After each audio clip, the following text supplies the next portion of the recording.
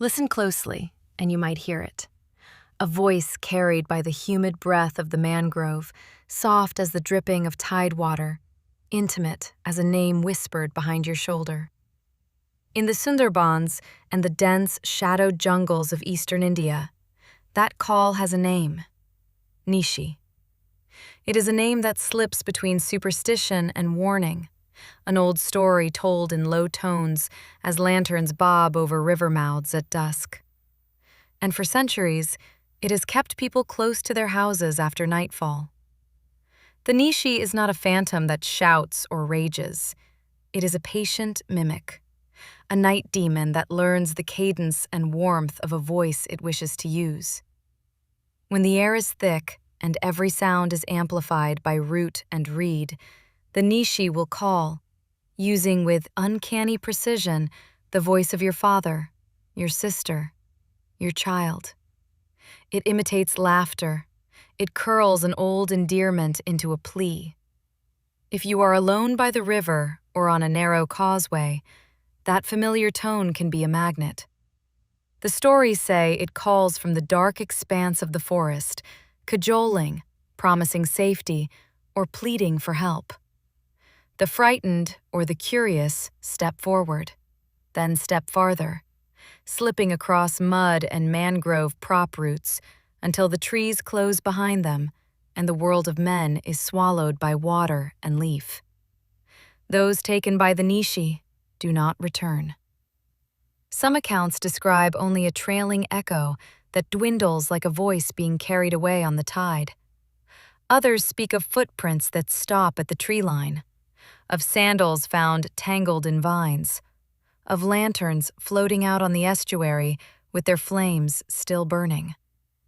In a place where tides can erase 100 signs overnight, the absence of a body becomes part of the tale, and absence is what feeds the fear.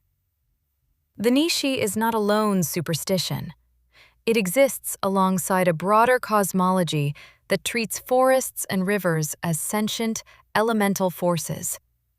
In this worldview, the jungle is alive with spirits whose moods are as changeable as the weather: hungry, jealous, capricious. These elemental spirits are not necessarily evil in a moral sense. They are integral parts of a landscape that demands respect, rituals, and boundaries. The Nishi is one face of a larger, living wilderness that does not belong to humans. For generations, the people who live at the forest's edge have developed practices to keep those boundaries clear. Charms are common, simple talismans woven from thread, shells, and bits of bone, each charged with a prayer or protective name. Hanging charms on doorways, boats, and the rafters of stilted homes is a visible reminder. This place is claimed by family and ritual, not available to wandering spirits. Salt has another role. In many communities, it is believed that salt confuses or repels certain spirits. A pinch of salt on the threshold, a circle of salt at the foot of a child's bed, salt sprinkled at the corners of a canoe. These small, granular barriers act like a line that the spirit will not cross. Salt's earthly, preservative quality mirrors the human desire to halt dissolution, to keep bodies and homes intact against the dissolving work of water and wilderness. Iron occupies a place of practical and symbolic power. Nails driven into door frames, small iron trinkets sewn into clothing, the scatter of iron filings near entrances. Iron is said to wound or deter spirits that are otherwise intangible. The reason often given is elemental. Iron is bound to the earth and to human craft, a hard refusal of the forest's soft dominion.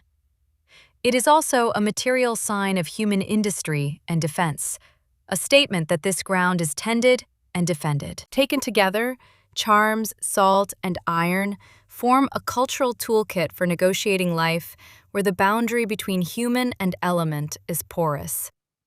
These measures are modest, but they also carry communal weight.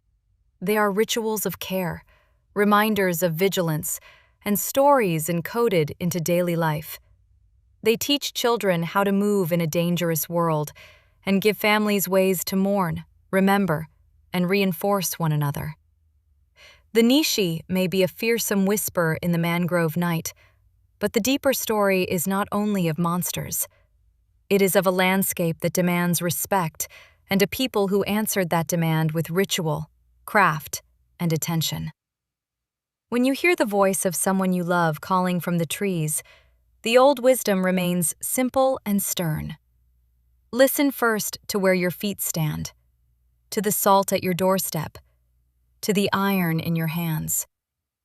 The forest answers only when invited, otherwise, it keeps its own.